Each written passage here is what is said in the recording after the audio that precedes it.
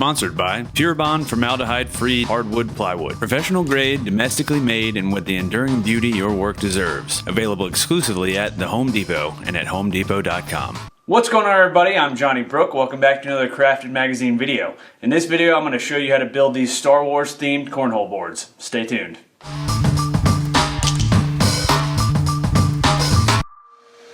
The first step in building a set of cornhole boards is to cut the pieces for the frame and legs of your board.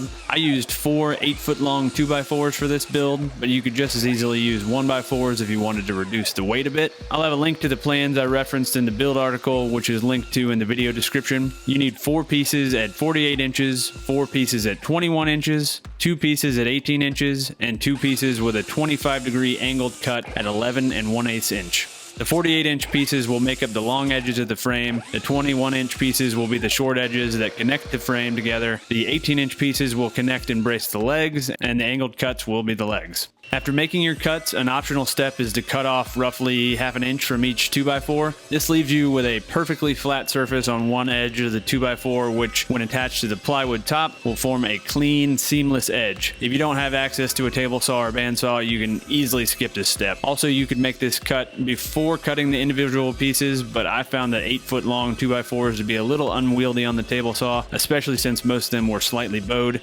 Next, drill the vertical pocket holes in the pieces of your frame, which will attach to the plywood top. If you don't own a pocket hole jig, you could just as easily screw the plywood top onto the frame through the top, but this leaves screw holes showing unless you countersink and fill the holes. I set the depth on my pocket hole jig to ½ inch and set the collar on the bit to ½ inch. I'm actually not 100% sure that this was the right setting, but it worked fine. I also used pocket holes to build the frame. I set the depth of the jig to 1.5 inches, since that's the actual thickness of a 2x4, and used 2.5 inch screws as recommended by the jig's manual. After drilling all your pocket holes, assemble the frame using 2.5 inch pocket screws and glue. Right angle clamps are also really helpful here. Once the frame is assembled, attach it to the plywood top using 1-inch pocket screws. Don't go crazy tightening these screws as you'll risk punching through the top. Just tighten them enough to close the gaps. You can also use clamps here to help tighten things up. After the glue dries, flush up the edges of the frame with the edge of the plywood. They shouldn't be off by much, if at all, but if they are, you can use a belt sander, a router with a flush trim bit, or what I used, a jack plane. This Veritas low angle jack plane is perfect for this task and flushed up the edges in no time. Once that's done, go over the edges with sandpaper, starting at about 80 grit and working up to about 220. Alright, so let's take a second and talk about a couple of the options you have for cutting the hole in the top of your cornhole board. The regulations of cornhole say that the hole needs to be a 6-inch diameter, needs to be 9 inches down from the top, and centered along the vertical axis of the board. You've got a couple options. Option number 1, probably the most popular, is going to be a jigsaw. They're inexpensive. Most people that do woodworking are going to have them in their shop, so that makes it kind of easy. All you do is basically draw a 6-inch circle on your board, draw the 6-inch diameter with a compass or something like that, drill a pilot hole, and then cut out your circle. Now, the one problem with this is a jigsaw has a flat blade and you're cutting a circle, so you're never going to get a perfect radius on your circle, never going to get that perfect curve with a jigsaw. So that's a bit of a sacrifice, but it is cheaper assuming that you already own a jigsaw. So option number 2 is going to be a 6-inch hole saw, which is going to get you a perfect hole, but they are expensive. The hole saw here was $40 just for the hole saw, and then another $20 for the arbor that attaches the hole saw to your drill. And the other thing is you're going to need a pretty heavy duty drill to be able to cut this hole. It's 6 inches in diameter. You're going to need a lot of torque. So I have this Milwaukee Super Hog, which is basically meant for cutting big holes like this, but if you have kind of a lower powered cordless drill, you might not be able to get that cut as clean as you want it. Option number 3 is gonna be a router, and you can attach that to a circle cutting jig. A circle cutting jig basically sets your router to a fixed point, and then you can guide it around in a perfect circle. So the nice thing about using a router is it has a round bit, so you can get that nice perfectly curved cut. Also, you can make your own circle jig for nothing using shop scraps, and if you already have a router, that's a great way to go, especially if you're going to be making more than one set of cornhole boards. I would really recommend either going the hole saw route or the router route, because you're gonna get those repeatable,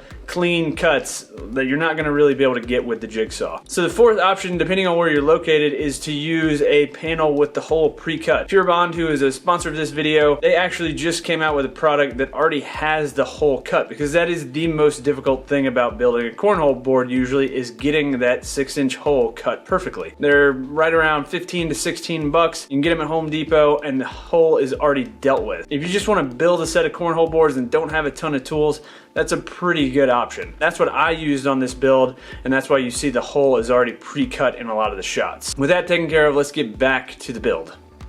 Once your hole is cut, you can use a router with an 1/8 inch radius roundover bit to break the edges of the plywood and the hole, and then give the entire board a final sanding.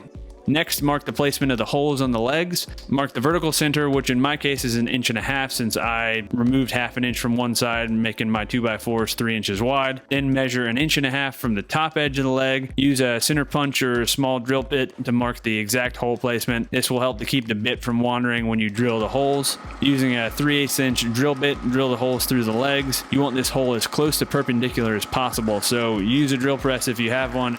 After drilling the holes in your legs, it's time to drill the corresponding holes on your cornhole board. Measure 3 9/16 of an inch from the top edge of the board, and then 1.5 inches from the side of the board.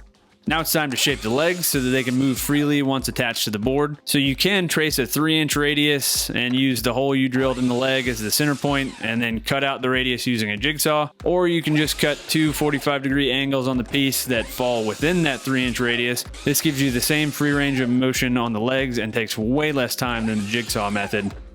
Finish assembling the legs by attaching the center support piece with pocket hole screws and glue. At this point, the cornhole board itself is complete, and now it's time for paint. The first step in the paint job was priming the boards and then putting down a base of black paint. I used inexpensive latex paint for this project, and the finish turned out great. Not sure how it will hold up to abuse, but I'll report back on that once we've used them.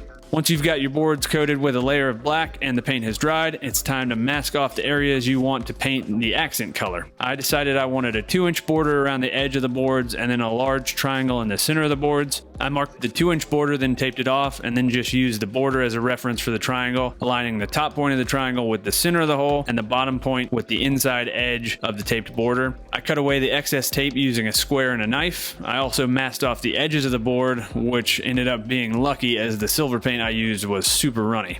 Next, I laid on a layer of silver paint, making sure to get an even coat edge to edge. The paint I used had extremely good coverage, so it wasn't difficult to block the black color beneath. I'll put a link to the paint I used in the build article. I let the paint dry for about 30 minutes and then peeled off the tape while the paint was still slightly wet. This gives you cleaner lines that are less prone to tearing. My lines weren't absolutely perfect, but they were pretty darn close. Finally, time for the piece de resistance, the stencils. I found stencil outlines of the Rebel Alliance icon and Galactic Empire icon online, which I'll link to in the build article, and printed them out across 4 pages. I just use Microsoft Excel to do this, but Matthias Wandel has a program called Big Print that is designed just for this task, but it unfortunately isn't available for Mac. I cut off the excess white areas of the printed stencils and used spray adhesive to attach them to a piece of foam core board. Then I cut out the stencils using an X-Acto knife. Make sure to take your time here and really try to follow your lines. Keep them as clean and as perpendicular as possible. After you're finished cutting out the stencils, look over the edges and clean up any fuzzy bits, as these will show through on the final painted design.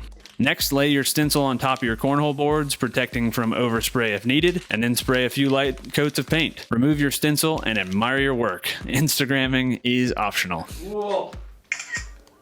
The key to good stencils is using a thick material for the stencil that will hold its shape well, and also doing several light coats of paint to avoid drips. Paint your legs using your choice of paint, allow them to dry completely, and then attach them to your boards using 4-inch long, 3/8 inch carriage bolts, fender washers, and nuts. Use 2 nuts and lock them against each other by tightening them towards each other. This will keep them in place and keep you from having to put too much tension on the legs using a lock washer or something similar. Once your legs are attached, you're done. Alright guys, I'm really happy with the way these boards turned out. It was definitely a lot of work getting this paint job on, but I think it turned out way better than I ever expected. This was my first time doing stencils with spray paint, cutting them out myself, and it went really well. So I would encourage you to try it yourself. It was a lot of fun, and now I have some Star Wars stencils that I guess I can use on some other projects. Hopefully you enjoyed it. If you did, please subscribe to our YouTube channel. We have new project videos every Tuesday and new weekly maker roundups every Thursday. Also, go ahead and like and comment on this video if you would, because that would be awesome and really help us out. And if you want to support us further, check out our Patreon page where you can support us financially. So thanks again, guys, for watching, and until next time, happy building.